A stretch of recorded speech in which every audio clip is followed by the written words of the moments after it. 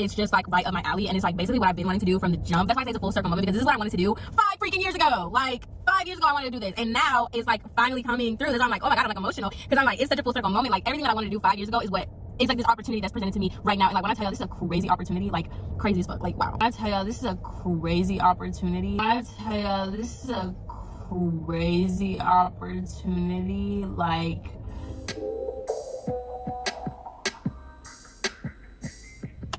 hello friends, we are back in the same place to record this part 2 of my life. Like this is actually wild, and I'm not even gonna lie to you. First of all, let's start off by saying I have replaced one bad habit with another, so y'all know we're not going to Starbucks. So I replaced my Starbucks habit with the Panera Bread charged lemonade, and then the 2 people, you know, because of them. So now I'm on to TikTok's latest and greatest, the Red Bull and creamer.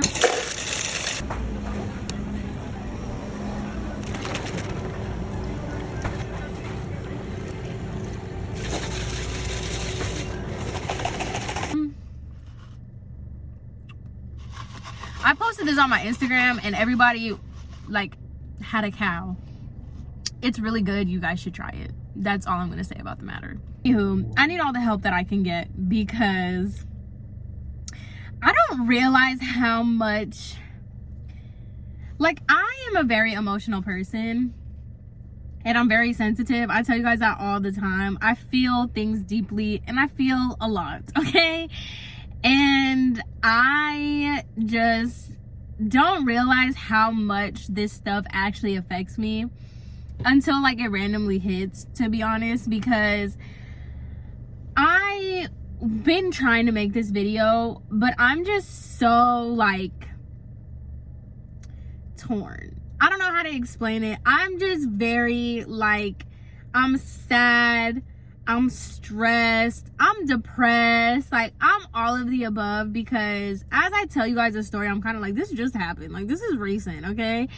And it's just sad because I really wanted this to work, and I really hope that you guys, like, I say that enough in these videos, that you guys understand, like, I was really coming into this like with an open mind, a willingness to work, an eagerness to, you know, be a part of this brand and this salon, and I was really open and aligned with what I thought. Like, I feel played, I feel bamboozled, and like that the reason why this specific story time, this part, is a little bit hard for me to like talk through is because like I feel played. Like, it's really weird. I don't know how to explain it, but I'm gonna tell you guys. So I just wanted to get that out there, that like, I'm sorry if this is all over the place. I'm sorry if I'm fidgeting a lot. I'm sorry if this is just like not so cohesive, because like at the end of the day, like, these are my thoughts, my feelings, and my experiences. They're not very good ones. So just to preface that. So okay, last story time I had told y'all that I, you know, got the job, whatever, and the receptionist was basically like picking up the things that I was going through. So then she was like, hey Samantha, I really want to go to dinner with you, I want to go to lunch, I want to do something outside of here so I could really tell you like what's going on with the salon, basically like give you the tea, and because I feel like you have the right to know. And when she told me that, I like that specific part where she was like, I feel like you have the right to know, that's when I kind of figured, I'm like, okay, this is not like regular like job drama or like gossip, you know what I mean? This is like legit, like she's for real concerned for me.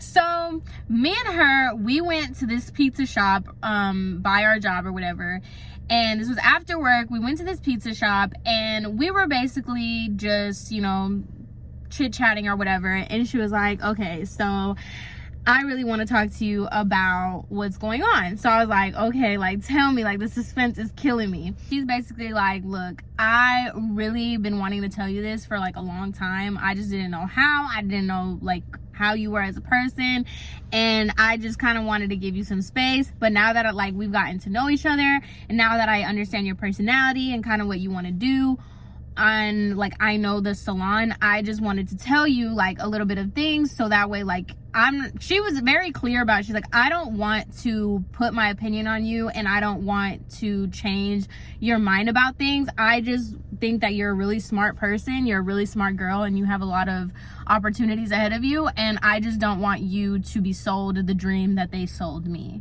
So she started off the conversation basically letting me know that she saw how eager I was, and how like I basically like she saw that I went in there like bright-eyed, bushy-tailed, and she wanted to make sure that I didn't. So she prefaced the conversation by basically saying like, I'm not trying to like sway your opinion about people, I'm not trying to like change your mind on anything, I just want to let you know what you're getting yourself into. So that way, like she was basically saying like, from woman to woman, you know, we're cool, like me and her, we're cool. So she's like, I like you from girl to girl. I just wanted to let you know like what to look out for, because you know there's a lot of things about the salon that's just not right, and I want you to be aware of them so you can just be smart about it. And she constantly kept repeating, she's like, I just want you to be smart. So automatically, obviously, when somebody's telling you that's been there before you, you're just like, what the hell, like what do I need to look out for? She had told me, she was like, look, I see that you are really into this job, and you're really interested, and you have all these ideas, and you want to like basically like make a change, but don't kill yourself for this job. And I was like, what do you mean?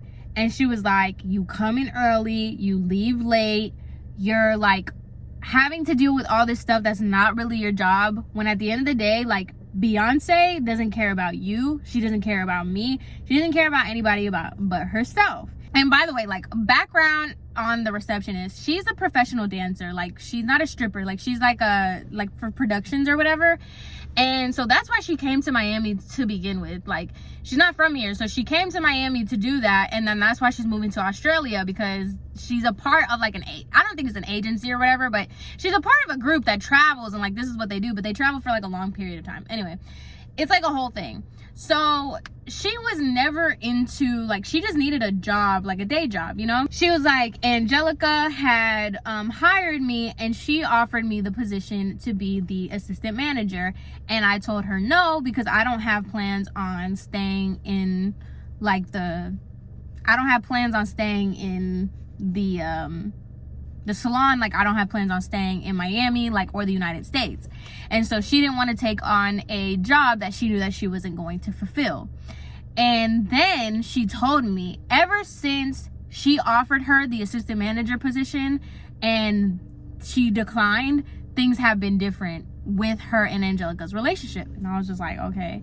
Mind you, Angelica, like, it's real, and that's what I'm saying, like that's why like all of this like is sad, it hurts my feelings, like it's all of it, because Angelica is truly like a cool person. And like I said in the last video, like she's accomplished so much, she's like really like a boss babe, like she knows what she has going on, and like she's very likable and she's very cool. So I like, when I got hired, I'm like, oh, like you're cool, like we have a good rapport, she's talking to me like I'm like, you know, her right hand man, and like we built like a really good, you know, rapport between each other.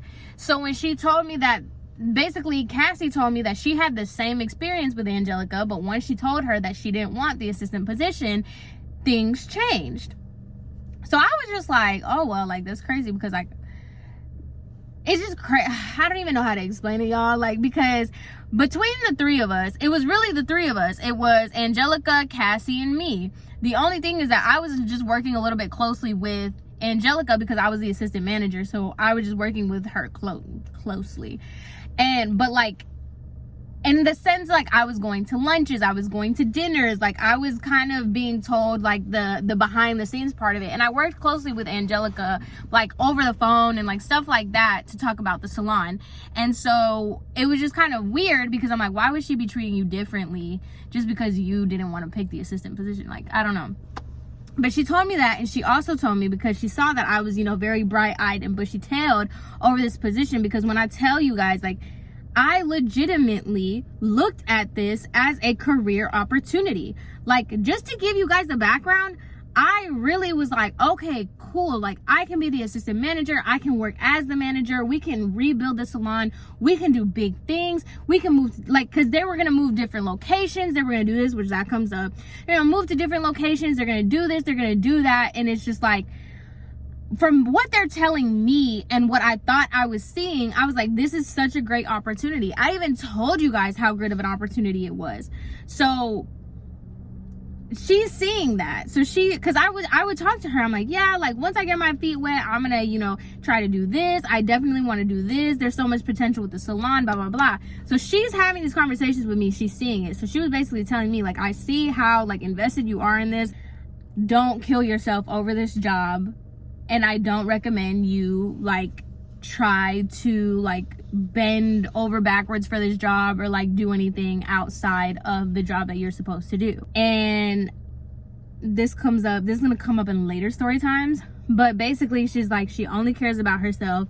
She's going to expect you to do things that are not in your job, and you're gonna be overwhelmed. And that's why I'm telling you, like, don't try to get, she was basically saying, like, the longest form, she was basically telling me, like, don't get too involved and don't get too invested, because, like, they're just gonna use you, kind of thing.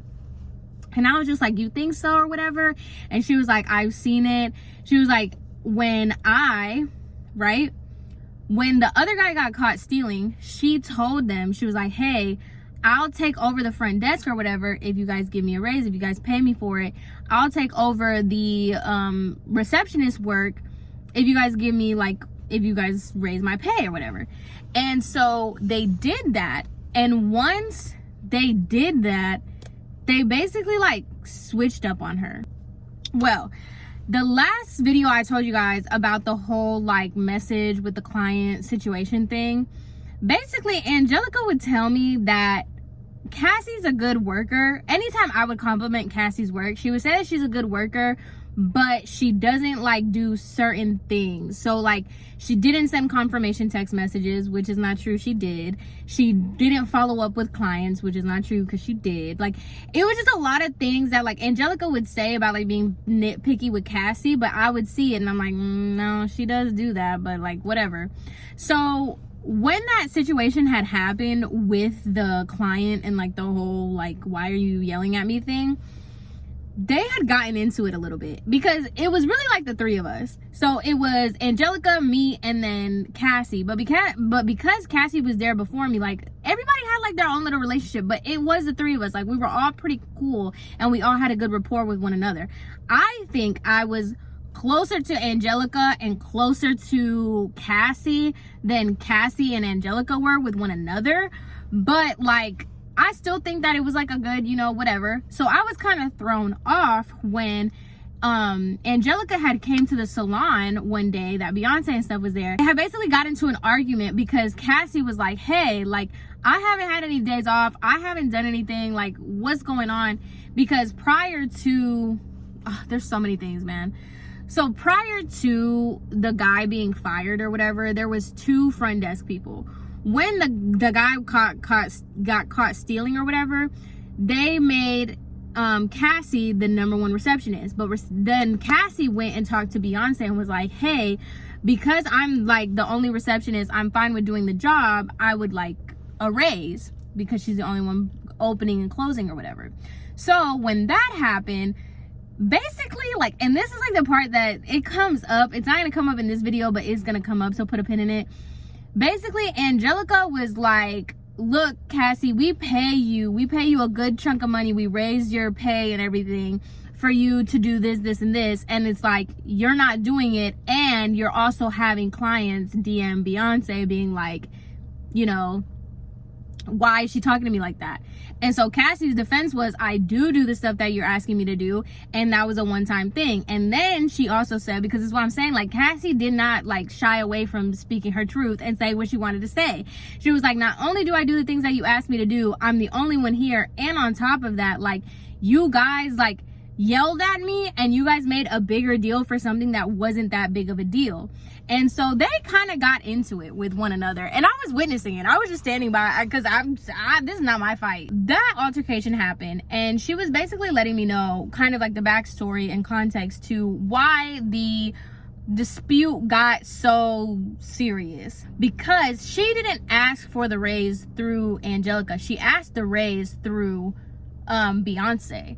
So it was kind of like some underlying stuff within them that I didn't know about. So obviously Cassie's telling me kind of like the backstory about like why things are like funny between them and why that conversation got so serious. So basically, from what I was told, Angelica's basically letting me know, like, look, Cassie went, this is how Angelica told me. Cassie basically weaseled her way to Beyonce and got the raise for her, for the other guy leaving. She wasn't aware of it, and she didn't agree that she should get a raise for it, because they were going to look for other ones, and that she knew that she was going to get overwhelmed with the work. And so now that Cassie's saying like she's overworked, she's this, she's that, she doesn't really have any sympathy for it, because she was like, okay, like that's why I didn't want you to be the full-time person. That's why you wanted to make a deal with Beyonce behind my back. Don't talk to me about the workload kind of thing. And that's how Angelica would explain it to me. She was like, I don't know why she's complaining about it. She wanted to go and get a raise. You got your raise, so now you got to do what you got to do, right? So this comes in, this whole point, put a pin in it. This is not going to come in this video or the next video, but it's going to come it's going to come up again. Okay, so just keep that in mind. So she's basically telling me, like, after that whole, like, after the guy getting fired, her going to Beyonce to get the raise, and then like that whole thing happening, she said, and her declining the position, Angelica started, you know, basically looking at, like, acting funny towards her and not acting the same. I'm not gonna say acting funny, but she just wasn't acting the same. So then when I come along, she sees that Angelica is basically like buttering me up kind of deal. And she was just like, I just want to let you know, like, that's why, like, she's cool until like you do something, or she'll just start acting funny towards you. Like, just keep your eye out on that. Like, and she'll be cool with you, and then when Beyonce's around, she'll kind of like switch up, or like stuff like that. She told me that about Angelica, but that she didn't have any problems with Angelica, because I cannot reiterate this enough. Like, I feel like there's a professional setting, so like, yeah, people act different in professional settings, but like in private settings or like personal or whatever, like, Angelica was really cool. Like, I wish we could have been friends. So anyway, so she tells me that about Angelica and kind of like the backstory between them. And she also lets me know that, like, I know that you came in this basically like wanting to make a career out of it and all this other stuff. She's like, do not kill yourself trying to like impress them or trying to go above and beyond, because they're not going to appreciate it. They're not going to see it. And they're basically just going to use it to their advantage. And I saw that, but at the same time, I'm just like, you know, you just kind of have to prove yourself. You know what I mean? And the way that like Beyonce and Angelica would talk when we would all three be in meetings, they're basically like saying like, I need to find my, like, Beyonce would be like, I just need to find my tribe. I need to find the people that I know that I can trust and that like want to work and want to do this, that, and the third. And so like the way she's talking, it makes it seem like she's receptive to somebody who like really wants to like help her and help the salon, and that she just wants people that are just in her, like on her side or whatever. So when Cassie told me that, I was kind of seeing it on both sides. I'm like, I can kind of see where you're coming from a front desk perspective, but I can also see where she's coming from, where she's like, she basically needs people to prove their loyalty to her. She also told me like a little bit of like the drama between like everybody and stuff like that, but she let me know, she was like, hey, I just really want you to know that like, this is just an opportunity for you to make money, and just look at other stuff. Like, don't make the salon your whole focus, because it's just not, like, it's not what you think it is. And when she kept talking about how it's not what I thought it was, she started talking about like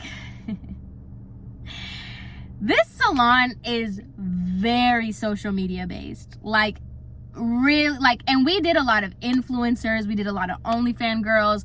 There was like status within the salon but it was a lot of smoke and mirrors. Like, I'm not even gonna lie to you. So when she was telling me the stuff that happened prior, where it was like they made it seem like this was like a spectacular event, and like this, oh my god, she basically told me that like they made it seem like this, like they have these elite fabulous events, blah blah blah, they do all these videos and stuff like that. She showed me the video on their Instagram of this event, and she was like, Samantha, no one showed up. The people that are in the video, like the back of the heads of the people that you see in the video, are the people that worked in the salon. No one showed up to this event. She was like, that's common. Like, it's just a facade. It's just fake. Like, and if they're willing, because she's telling me very candidly, she's like, if they're willing to lie to their customers and make it seem like, oh, this is a better place than what it is, why do you not think they're not going to lie to you and make it seem like the job is better than what it is?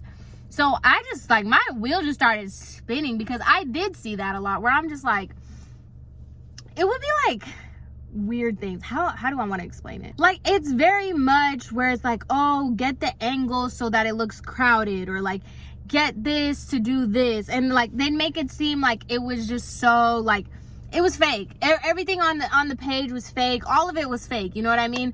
But the thing that they couldn't really combat is the fact, like, let's say for example, like, it could have been like a Lil Wayne event, right? And I can act like it was so crowded, it was so packed, nobody showed up. Lil Wayne was only there for 5 minutes. He came, he took a picture, and he left. But I'm making it seem like it was just this big old deal.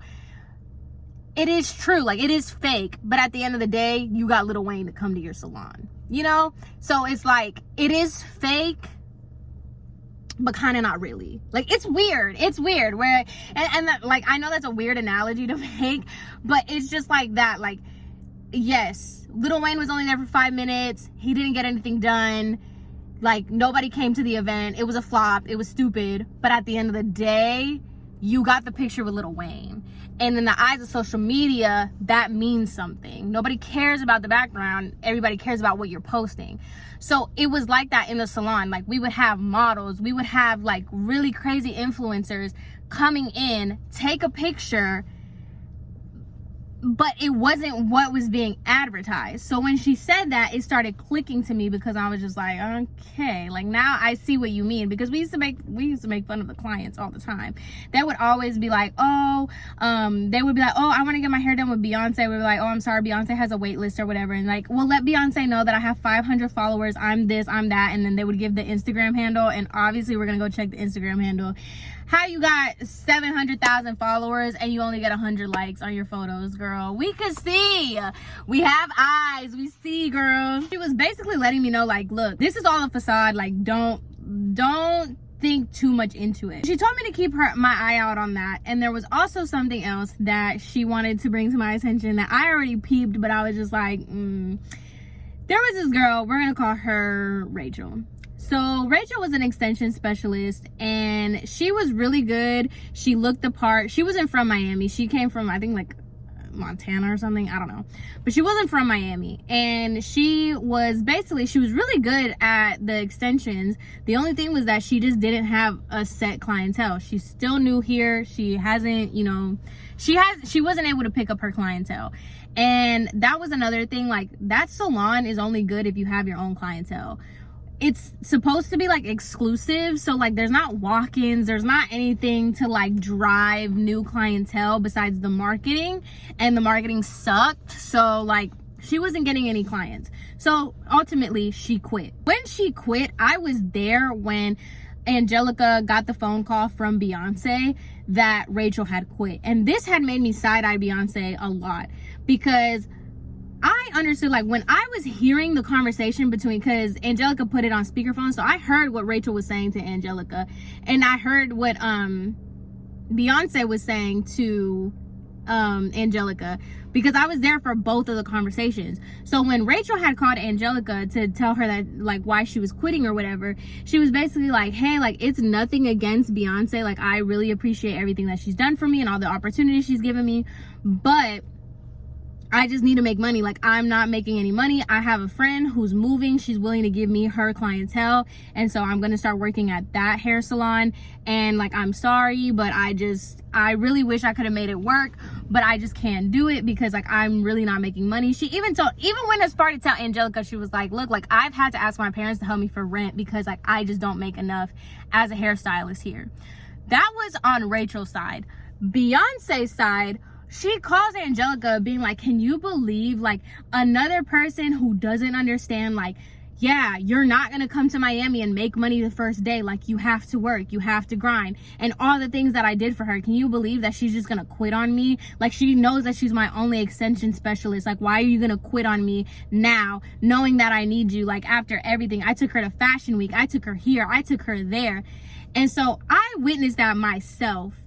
And basically, Cassie was telling me, she was like, you know, when Rachel quit, it's the same thing that happened with my roommate. My roommate used to work in the salon, and basically her roommate used to work at the salon with them, right? And basically, like, they just wouldn't give her clients because the other front desk guy didn't like her, and Beyonce didn't really like her. So they just told her not to put clients to her roommate. So Cassie was like, when Rachel quit, she told my roommate, and my roommate told me that she was like really sad about it because she really liked Beyonce. So it's like, hearing that like Rachel was so distraught to have to quit because she's not making money, and hearing the way Beyonce was talking about her, how she's like this ungrateful brat for not sticking out, like not working for free basically. And so then Cassie went on to tell me, she was like, that's what they do. Like, Beyonce thinks that everyone owes her something. Like, she was like, my roommate was so professional. She was like so nice. She was like, hey, I got a better opportunity to work here, and it's gonna clash with my schedule working with the salon, so that's why I have to quit. But like, basically everybody that quits is like, hey, like, I'm so sorry. It's just, they don't have money, bro. Like, it's so wild. But everyone that quit is basically saying that like, hey, I'm sorry, but like I need to make money and this isn't making me money. So, you know, they try to like leave very professional, very amicably, but Beyonce takes it as like a personal attack to herself as to why you quit. And then she goes on to list all the things that she did for you. And so when Cassie told me that, like the backstory behind like the roommate and everything, I'm just like, now I'm starting to see Beyonce in a completely different light, because it's just like, I saw that already, but like knowing that, and like knowing that this is not the first or the last person you're gonna do that to is wild. Because the way she would talk, I'm telling you, she truly thought she was Beyonce. Like, the way she would talk about how she gave people opportunities and she opened the door for them, and that they wouldn't be there had it not been for her. And like, the brands are asking to work with her, not to work with a stylist. So it was just like this whole thing. Like, when we were talking about the Rachel situation, she was basically like, yeah, like, Beyonce really feels that like everybody owes her something, and that's why I'm telling you not to get too involved with her, because the closer you get to her, the more she thinks that you owe her.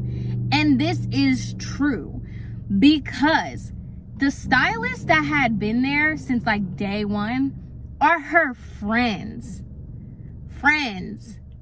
And basically Cassie told me that Beyonce would like lend her friends money as like a friendly thing, but they would have to pay it back. And because she knows that they can't pay it back like soon, or they can't pay it back like anytime, like in the future, like in the near future, it was honestly like she would do stuff for you so that she could hold it over your head, or like say like, I got that for you. Remember, like, remember who got you here. Remember who did this, like, you know, type of deal.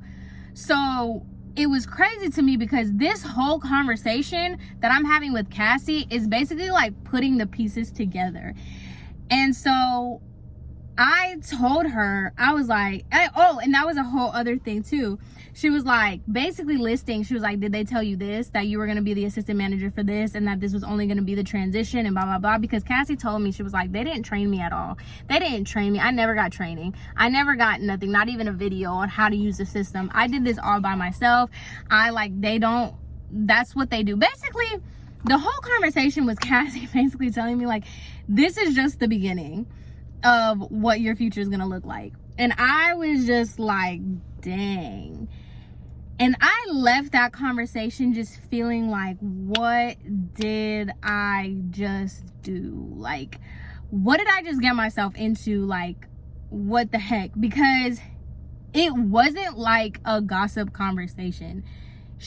Like I said, she was putting the pieces together for me. Like, she like would say stuff that like she didn't know that I knew, or like it would just be completely random, and then I would just go back and be like, that is true. Like the whole Rachel situation. She brought up Rachel quitting because she was telling me about how she basically, like, her roommate had quit and it was like very professional, and then Beyonce unfollowed her, blocked her, and didn't let her get, like, didn't recommend her to another salon to get a job. And so when she told me that about Rachel and her roommate, and I'm thinking about how she was talking when I heard Rachel quitting to Angelica, and I heard Beyonce talking about Rachel to Angelica, I was like, wow. And it was putting, like, it was really making me rethink everything. And the reason why it was making me just rethink everything was because I was just like, was I naive? Like, I was starting, at the end of our conversation, at the end of me and Cassie's conversation, I just felt like I was sold a dream. And that, like, and this is not, I'm leaving a lot of stuff out for the sake of, like, confidentiality and, like, privacy, but there's way more. And, like, very specific things that just added up, and I'm just like, After that conversation, I just felt like I was sold a dream, and I fell for it. And that's what I told her. I was like, she was like, how are you feeling? Like, your face changed, blah, blah, blah. And I was like, honestly, I just feel like a fool. Like, I moved from Orlando back to Miami. I'm living with my parents. Like, I did this big jump for an opportunity that was sold to me a certain way. And, like, granted, like, that was on me, you know? But it was just like the way it was presented, the way that it was given, the way that, like, they sold it to me, and, like, they made it seem real, because it was like this, they would back it up. And that's what I'm saying. It's like that facade that they do on their Instagram, where it's just like, it's really not what you're selling, but at the same time it kind of is, because you can back it up a little bit. So I just felt played, like, and I still feel played, but, like, this is not the only thing that happened. So I just felt a type of way, because I'm like, dang, like, did I fall for this? Did I fall for this trap? And then I'm like, I'm over here. Obviously, Cassie knows way more than I do. She's been here longer than me. And it's like, if somebody on the inside is telling me, like, I'm thinking about this, like, this is going to be my career, this is going to be my job, like, I'm going to put my heart and soul into this, I'm going to change this, I'm going to do this, and I have so many ideas and so many visions and so much that I can think about. And then for somebody to be like, hey, like, cut it. Like, don't even put effort into it. Don't even, like, take it there. Like, hold your horses, because this ain't it. It was hurt. Like, it hurt. And it's sad, because I really went into this, like, y'all know I'm not an optimist. I'm not, like, this bubbly, positive person all the time. So it's like, when you go out of your way to be like, wow, like, this is a good opportunity, you're trying to be positive, you're trying to see, you know, the best in it, and it was supposed to be this grand thing, and blah, blah, blah. Like, for your bubble to be bursted in the way, like, with fact and, like, undeniable truths, it's hard for you to just be like, dang, like, how can you not feel like a fool? You know? It's, I don't know. It's like, you put so much energy and effort into something just to find out that it's fake. And you're like, oh, okay. Cool. After that conversation, I didn't want, and this is, like, what I'm saying, I didn't want to look at anybody differently. I didn't want that to, like, hinder my ideas or, like, my vision, or, like, I didn't want to lose the drive and whatnot. But there was just I was confronted with too many truths for me to just not take it. And, like, it was the way that Cassie was talking to. Like, she's not being like, you don't even know, let me tell you about this, da, da, da. She wasn't like that at all. She was, like, it came from a very genuine, sincere place. So it's like, for me, like, it wasn't just anybody telling me this, and it wasn't the stuff that she was telling me. I'm like, it's too much to overlook. It's too much to overlook. It's too much to just kind of like not make you reconsider a lot, right? So after that conversation, obviously I went back to work looking at everybody funny. No, but like I started looking at things a little bit differently, and I just was being a little bit more vigilant to what was going on. And in that time, like I was just seeing a lot of things that Beyonce was doing, and I'm just like, girl, like, you want to harp on professionalism, my brand, my image. She would only, like, when I say people would have to pay deposits, there was a waiting list. People were flying to Miami to see this girl, like, to get their hair done by her, right? It'll be the day of or the day before, and she would tell like me or or Cassie, she would be like, I'm not coming in on Thursday. I need you guys to reschedule my clients. And it's just like, that already bothers me, because it's like, these clients have like waited this long. They waited to see, like, you can't just cancel their appointment. Like, what? But she would. She's like, I'm gonna go here this weekend. Like, I don't want to come. Or like, no, that's so-and-so's birthday. Like, I need to get ready that day. Like, I'm not gonna come in. It would be for stupid stuff. Like, it's not for real stuff. Like, oh, my son, has a soccer game or something. I don't know. But like, it was like so little inconvenient stuff that I'm just like, you didn't know you had a birthday to go to a month before we booked these appointments. And then she would be like, why am I not getting booked? Why are you guys not booking me appointments? Blah, blah, blah. Then we would book her appointments, and then she would be like, why do I have 3 appointments in one day? I only wanted to do 1. She was just like very diva. She's such a diva. And like another thing that I would just pick up on is that like the way she talks about people. And I'm not even talking about like, oh, she's ugly or she's this or she's that. Like, she truly, when I say like honestly believes she is up here and that everybody owes her something, it's like in any regular day interaction with her, she just has to remind people that she is the brand. She is the image. The reason why people want to come to her or to the salon is because of her. And when she's not here, people want their opinion, her opinion on things, and blah, blah, blah. And she just held herself to this high esteem, which I mean, I guess cool, but like, you don't have to put others down to like make yourself feel better. I don't know, whatever. So I was picking up on a lot, and she was just doing things too that I was just like, girl, like, I was picking up on a lot of things that she was doing, but at the same time, she wasn't really in my scope of things. Like, she wasn't around me enough for it to be like a major level of concern. When it became a major level of concern was for this influencer event. And I'm gonna do a cliffhanger on this too. But the influencer event was what basically like, it was the turning point. It was like that, and I don't think she understands that. I don't think Angelica understands. I don't think anybody understands that this influencer event was the determining factor on all of my decisions. They just had no idea about it. But that influencer event is a whole other like hour and a half. So catch it in my next video. I'll see you guys later. Bye.